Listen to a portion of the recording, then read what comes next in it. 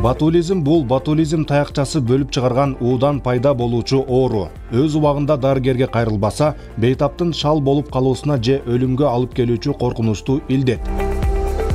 Ботулизм кандай жол менен жугат?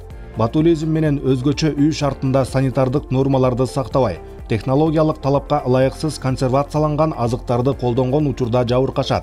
Көбүнчө консервацияланган козу-карын, жер-жемиш, баклажан, бадыраң, помидор, эт жана балык кооптуу келет.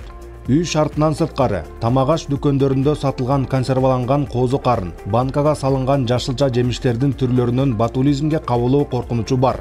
Ботулизм бактериясы бар консервацияланган азыктарды өңү, жыты, даамы аркылуу айырмалоого мүмкүн эмес.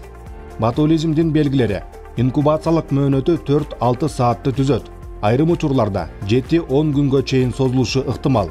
Алгачкы белгилери: жүрөктүн айлануусу, кусуу, диарея, көздүн көрүүсүнүн начарлашы, булчуңдардын алсыздыгы.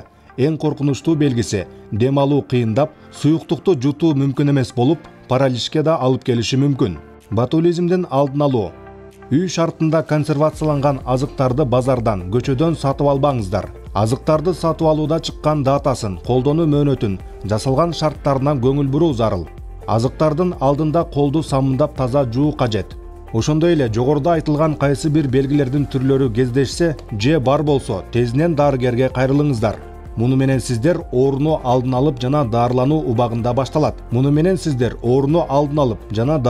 убагында башталат.